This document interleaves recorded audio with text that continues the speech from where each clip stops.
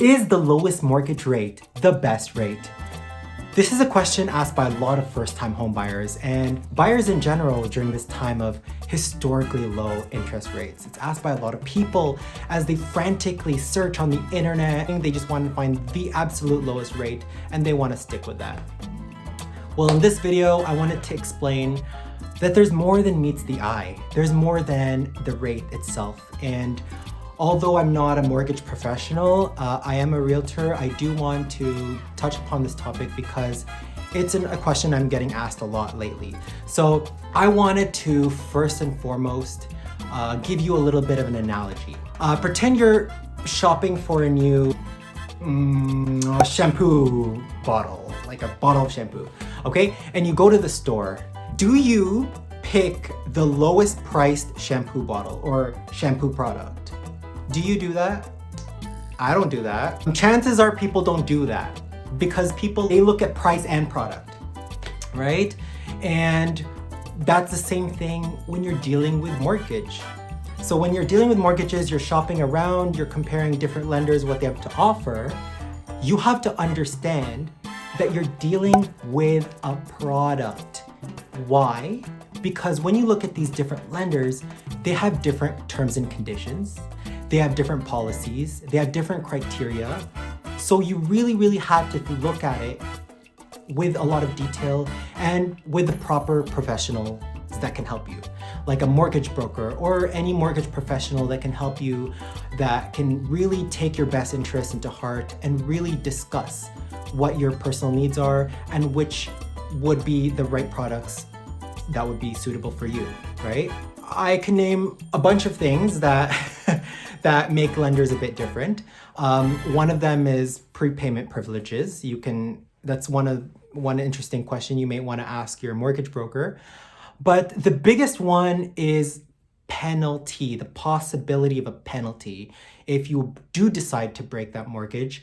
And let me tell you a story. My last client, they sold their home, okay? And when they got their mortgage, they knew at the back of their mind, they knew that they were going to sell it before 5 years.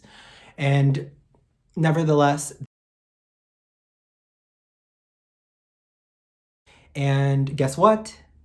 Before the 5 years, they broke their mortgage and they have a very huge penalty. They had to do it because they had to sell their home.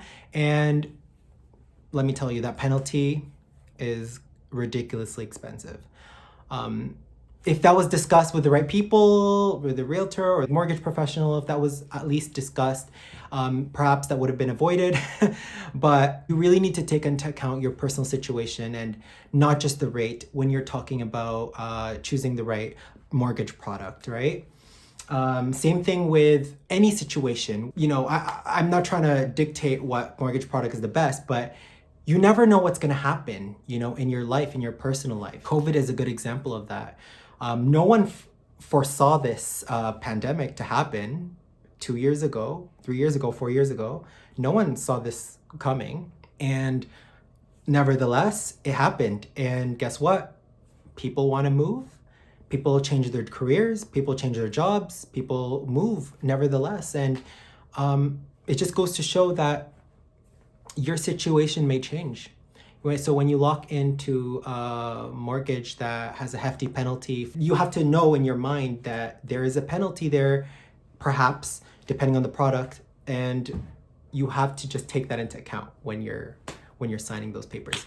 Okay, so again, my main idea of this video was for you to know that you shouldn't just focus on the rate, but you should focus on other things as well. It's the best idea to talk to a proper mortgage professional and discuss your doubts, but also discuss what your intentions are. And if they have your best interests into heart, they will help you perhaps to the best of their abilities. Okay? See ya!